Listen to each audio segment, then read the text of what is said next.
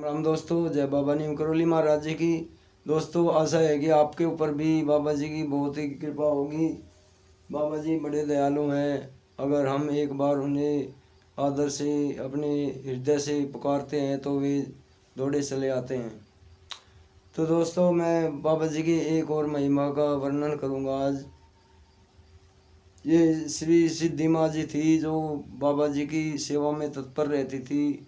बाबा जी ने उन्हें बताया था कि ये माँ कात्यायनी का अवतार हैं और वे सिद्धि माँ बाबा जी की सेवा में वृंदावन धाम में थी और उनकी माँ थी सिद्धि माँ जी की।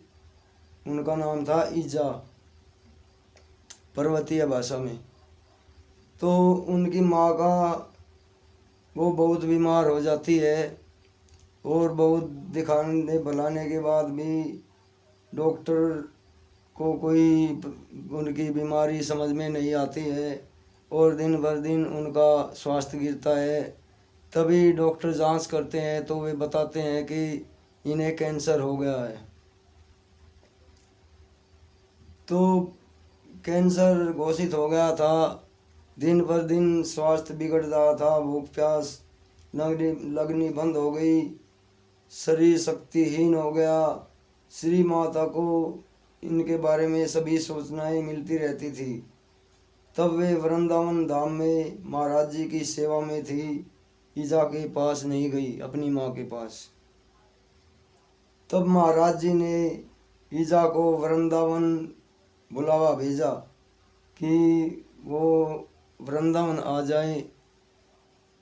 जबकि वहाँ पर वृंदावन में ऐसी कठिन बीमारियों के लिए कोई व्यवस्था उपलब्ध न थी।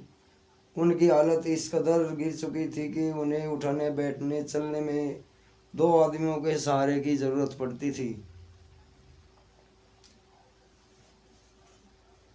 तो परम महाराज जी की इस पूर्ण रूपेण समर्पित ईजा ने वृंदावन जाना स्वीकार कर लिया था, क्योंकि उन्हें पता था महाराज जी अंतर्यामी है।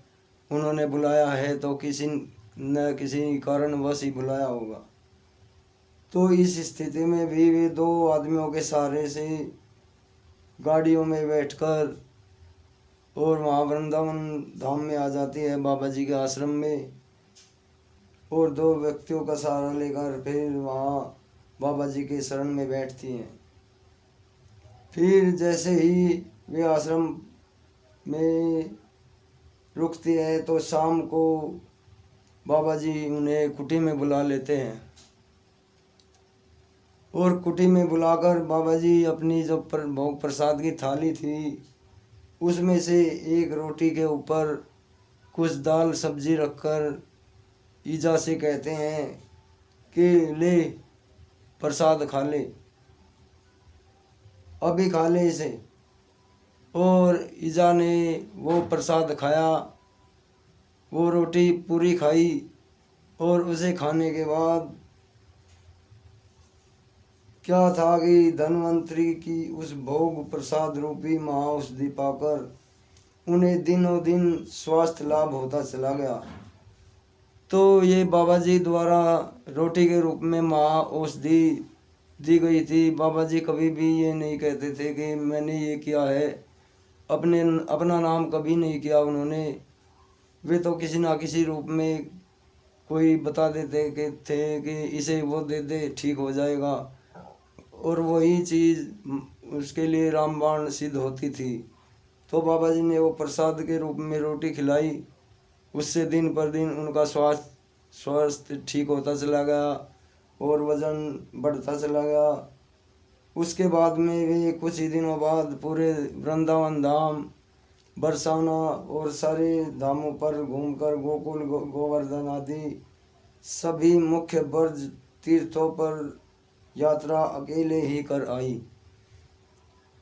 तो दोस्तों, कैंसर को भी बाबा जी ने ठीक कर दिया। ऐसी असाध्य बीमारी जिसे डॉक्टरों ने भी जवाब दे दिया था कि ये इनकी आखिरी स्टेज है। तो हमारे बाबा की तो महिमा अपरंपार है दोस्तों।